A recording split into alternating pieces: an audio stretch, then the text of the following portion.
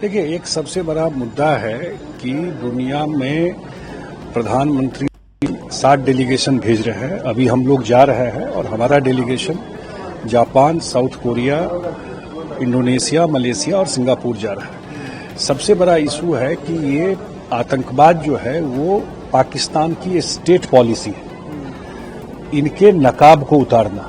ये आतंकवाद कोई वहां से कोई 2-4 लोग ऐसे नहीं आते हैं, पूरा स्टेट उसको स्पॉन्सर करता है, पूरा थ्राइव करता है स्टेट के सपोर्ट से।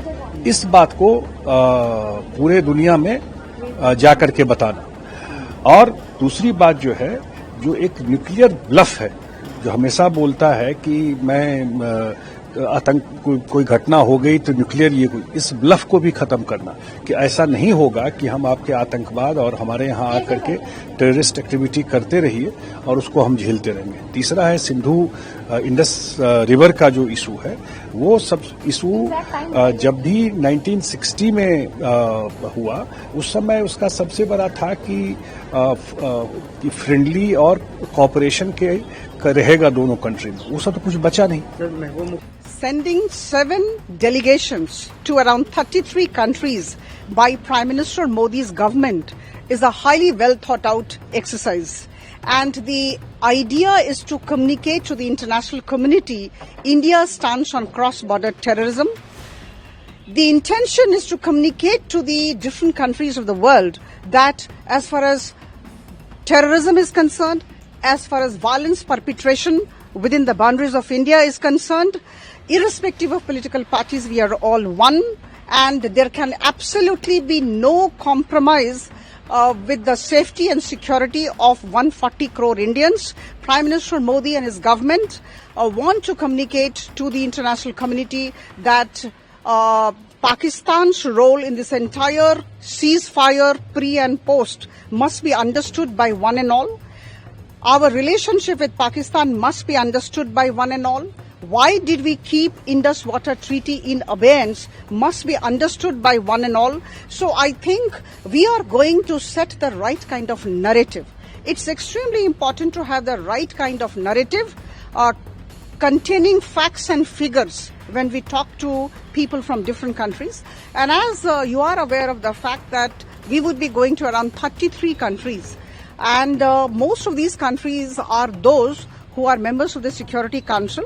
You know that there are about 15 members in the Security Council, 5 permanent and 10 non-permanent. Pakistan is also one of the members. And their term would come to an end in the next 17 months. Now, we are not a member of the Security Council. So whatever transpires within the meeting hall when the Security Council meeting takes place, I think we would not be a party to it. So it's extremely important that Pakistan should not be misleading those countries. So it's very important for all of us to go in advance, to do the homework well in advance and go and set our narrative, put the facts and figures straight before all of them so that they are able to appreciate the viewpoints of India. We are also going to some of those countries who are extremely important in the international arena, apart from these UNSC members, are those whose voices are heard by one and all. So I think it's a mix of all important countries that we are going to. It's a very well thought out strategy on part of the government of Prime Minister Modi. We are very optimistic. We are very hopeful that we would be achieving the results that we are hoping for. Particularly the difference between India and Pakistan need to be, the distinction has to be, highlighted. I always feel that Pakistan is a country which was born out of a religious frenzy or fervor, plunged into some sort of a theocratic system. India is a plural, democratic, with rich diversity.